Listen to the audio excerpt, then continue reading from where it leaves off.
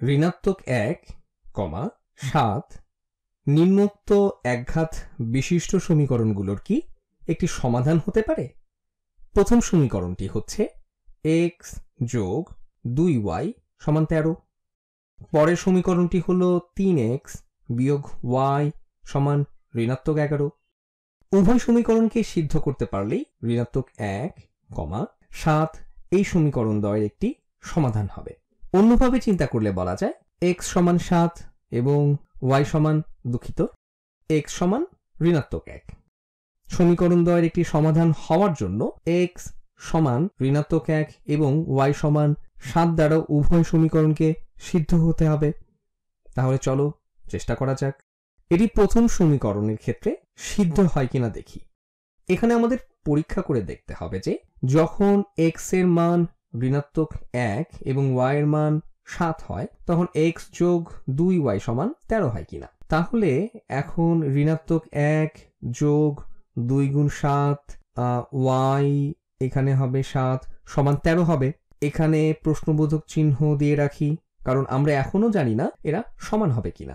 তাহলে লেখা যায় ঋণাত্মক 1 যোগ 2 গুণ 7 সমান 14, এটি অবশ্যই 13 হবে। ঋণাত্মক 1 যোগ 14 সমান 13 হয়। 13 অবশ্যই 13 এর সমান। তার মানে এই বিন্দুটি প্রথম সমীকরণটিকে সিদ্ধ করে।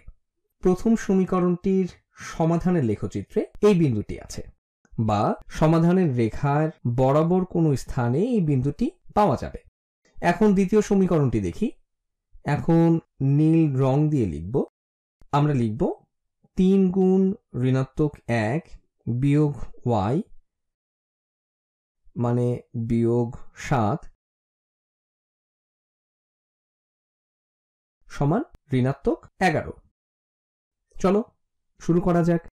3 গুণ ঋণাত্মক 1 সমান ঋণাত্মক 3, এর সাথে বিয়োগ 7 যার সমান ঋণাত্মক 11 হতে পারে। ঋণাত্মক 3 বিয়োগ 7 সমান ঋণাত্মক 10। তাহলে আমরা পেলাম ঋণাত্মক 10 সমান ঋণাত্মক 11। না, ঋণাত্মক 10 কখনো ঋণাত্মক 11 এর সমান হতে পারে না।